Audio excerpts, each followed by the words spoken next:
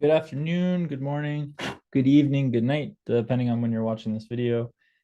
In this video, we're going to work through the example given on slide 26 of lecture set 11. So this is an example of performing the test of no linear relationship and constructing a regression t interval. So that's an interval for the slope parameter beta 1, which describes the linear relationship between the response variable y, or the dependent variable, and the independent variable, which we typically call x. Okay, in this example, we are continuing with the data set that we've been using to demonstrate all of the techniques throughout this particular lecture set. So we have two variables, midterm mark and sleep.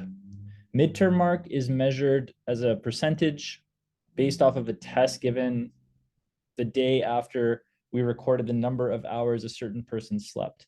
So we have two quantitative variables. The data is technically paired. So each student in the class reports the number of hours they slept and their midterm mark. But the variables are not measured on the same scale, and we're not interested in testing for a difference between the means of the two variables. We want to describe and model the relationship between these two variables. Okay, so we know that these particular data form a linear relationship. So we have constructed a regression equation using the least squares approach. Some of the statistics from that construction are given below. For example, here we have the empirical slope. So this is telling us essentially that every hour you sleep returns for every hour you sleep, you are estimated to score 5.902% more on average compared to, well, that's pretty much it. So for every additional hour you sleep, you gain almost 6% on the test. All right, so what we want to do here is perform the regression-t test and then construct an interval. The regression-t test and the test of no linear relationship are the same thing. And then we're going to compare the solutions. All right, so it tells us that the assumptions have been met and it gives us the key statistics. So we're not going to worry too much about the assumptions here for this and the previous topic. We're more just focused on when to apply the test and how to apply the test. Okay, so we can just start off very quickly, okay, by saying here, all met. And then there are four assumptions for this procedure that we did discuss very briefly in the lecture set. They are that a linear relationship exists, that the residual terms are normal, they have constant variance, and that each observation are independent and randomly collected. Okay. All right, so now we can move towards the test. So just like any other test that we've done in the course, this can be written in 6 steps. Okay, so with the regression-t test or the test of no linear relationship, we always run a two-sided test about beta 1. So what we're actually saying here is, or what we are asking is there evidence that the number of hours you sleep and the midterm mark are linearly related? So this is a test of whether or not we should be using a linear model to describe the relationship, essentially. Okay. That might be a bit of a stretch and explanation, but it's a test of whether or not the slope is equal to 0. So if the slope is different from 0, it means that there is a linear change between x and y. All right, there's no significance level given, so we'll use the standard 0.05. Our test statistic here is B1 minus beta 1 over the standard error of the estimate divided by the square root of SXX. Okay, so this is going to be 5.902 minus 0 divided by 77.544, or sorry, I got that backwards, divided by 6.710038 over the square root of 77.544. 4.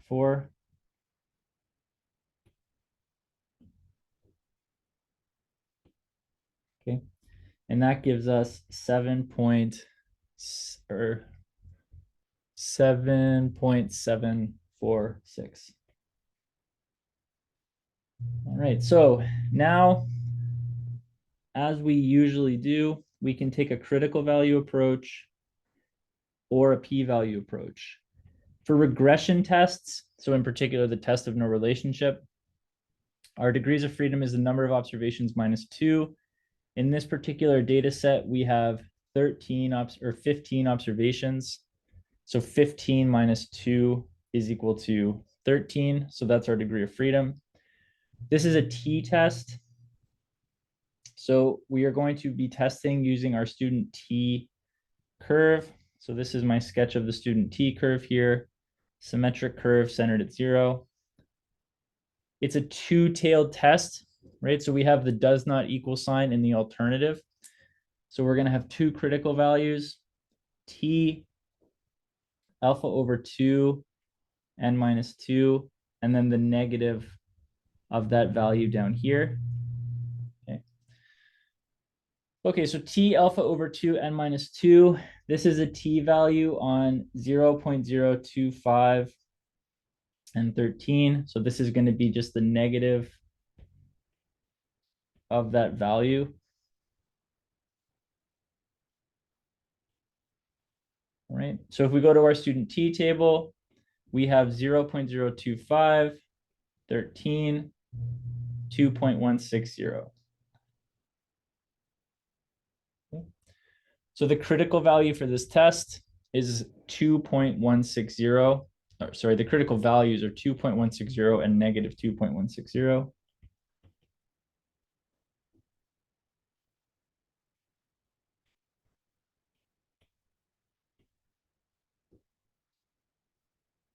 Okay.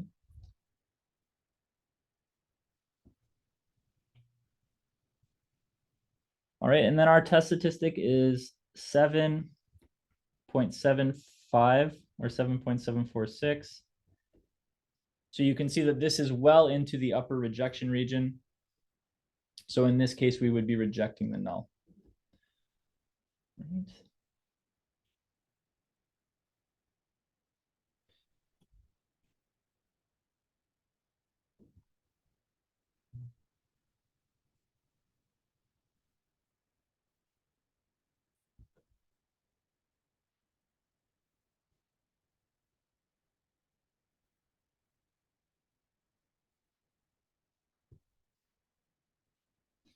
Okay, for the p-value approach, we mark down our test statistic. We mark down the negative of our test statistic. Okay. So our p-value is going to be the area to the right and the left, to the right of 7.746 and to the left of negative 7.746. Okay, we know from our previous studies of performing t-tests that we can simplify this expression and say that the p-value is equal to 2 times the probability that t exceeds 7.746. So this is due to the symmetry in the curve. Both of those tail areas are the same. All right, we go back to our t table. We have 13 degrees of freedom. We're looking for 7.746, right? So we can see that this value is much larger than the largest listed value on the line. So 7.746 is bigger than 3.012, right? So that means that in the upper tail, we have less than 0.005 of the area. So the green shaded parts, they're both less than 0.005. So we can say,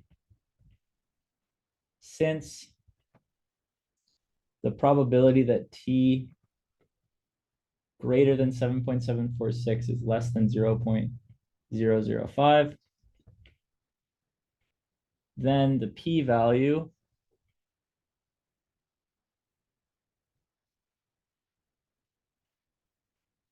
is less than 2 times 0.005. So the p-value is less than 0.01.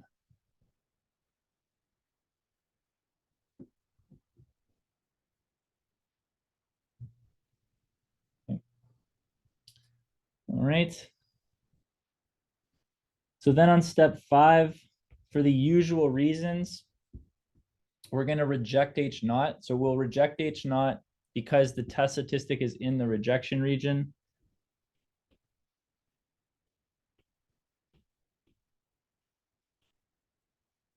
So the test stat in rejection region. And if we take the p-value approach, we're going to reject H0 because the p-value is less than alpha, right? So our p-value is less than 0.01. 0.01 is smaller than alpha, which is 0.05. So if our p-value is smaller than a number that is smaller than alpha, the p-value is less than alpha. So we can reject. All right. The last thing we have to do is conclude here. With regression testing, the conclusions are fairly straightforward. We start off with our usual statements. At the 5%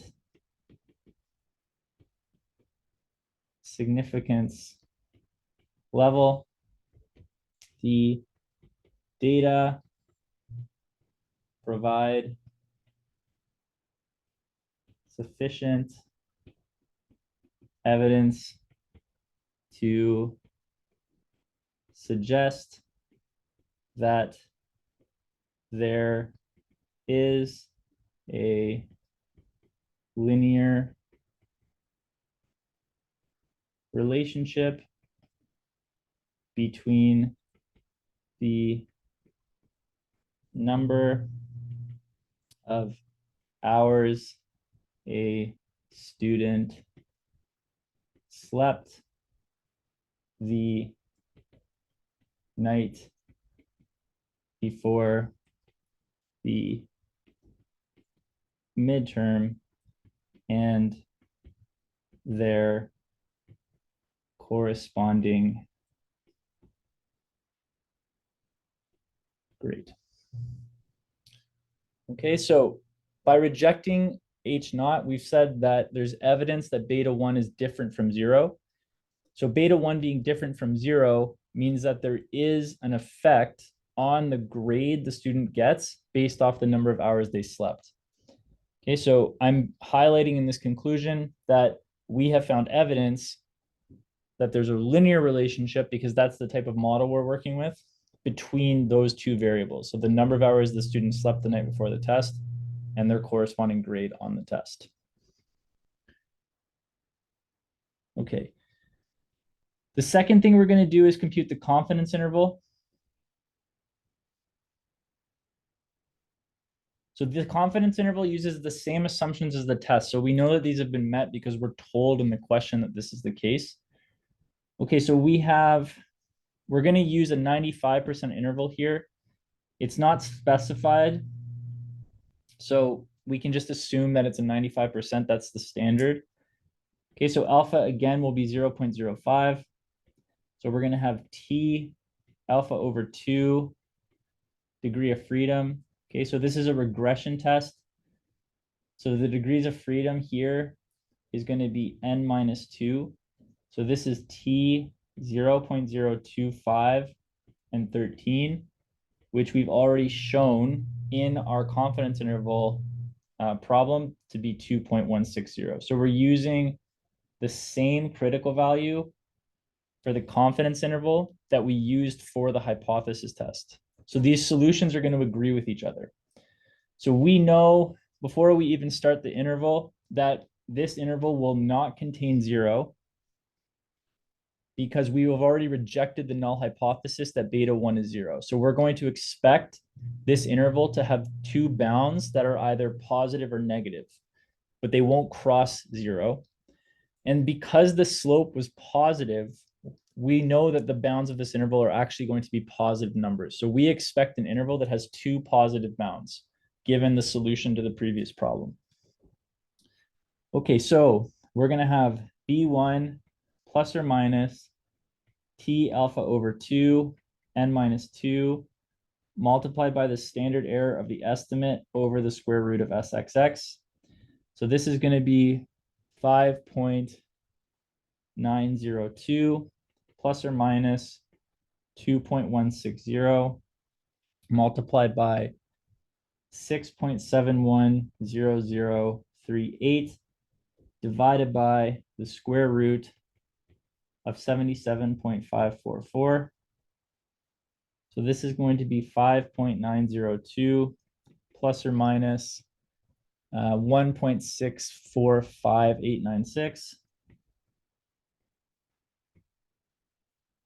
All right, and then if I add and subtract this value, I end up with 4.256 to 77.548. All right. So now I can say we are 95% confident that for every additional hour a student slept the night before a midterm, or sorry, the night before this midterm, their grade will increase by 4.256 to 7.548%. Okay, so this interval is giving us bounds for beta 1.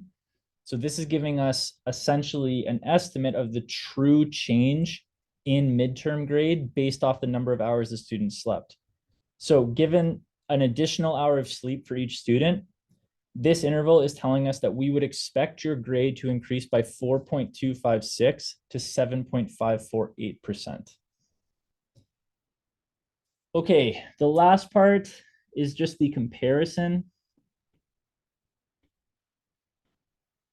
All right, so here we rejected H0.